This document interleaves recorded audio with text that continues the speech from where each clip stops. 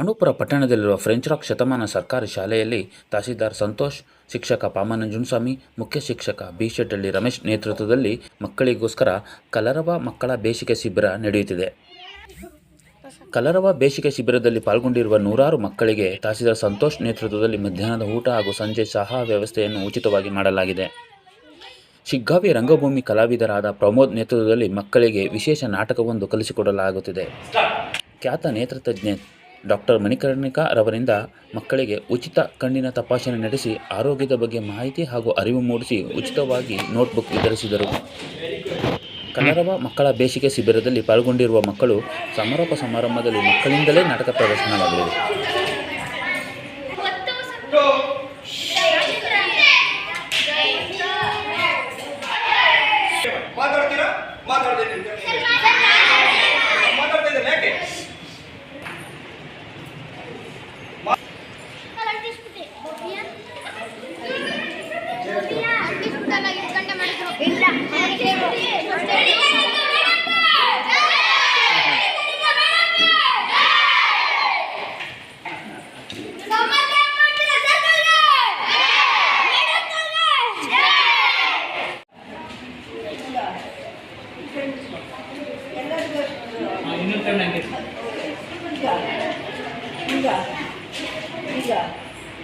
ಈಗ very good.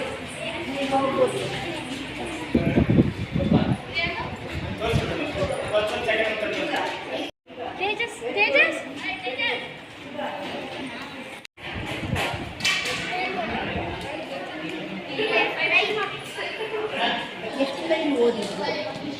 3 line.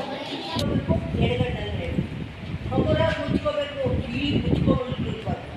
ಅರ್ಥ ಆಯ್ತಾ? ಇದ್ದಾರೆ ಅಷ್ಟೊಂದೇನು ನಾನು ಕೇಳಿಕೊಳ್ಳೋಷ್ಟೇನು ಇಲ್ಲ. ಏನೋ ಒಂದು ಮಕ್ಕಳ ಮೇಲೆ ಒಂದು ಪ್ರೀತಿ ಅಷ್ಟೇ ಹೊರತು ಅಷ್ಟು ದೊಡ್ಡ ವ್ಯಕ್ತಿ ನಾನಲ್ಲ. ಆದ್ರೂ ಅವರು ನನ್ನನ್ನು ಒಂದು ತುಂಬ ಎತ್ತರದಲ್ಲಿ ಇರ್ತಿದ್ದಾರೆ. ಆ ಎತ್ತರಕ್ಕೆ ಹೋಗುವಷ್ಟಾದರೂ ನಾನು ಪ್ರಯತ್ನ ಮಾಡ್ತೀನಿ. ಆಮೇಲೆ ನೀವೆಲ್ಲ ಇಲ್ಲಿ ಮಕ್ಕಳು ಸೇರಿರೋದು ತುಂಬ ಸಂತೋಷ. ಯಾಕೆಂದರೆ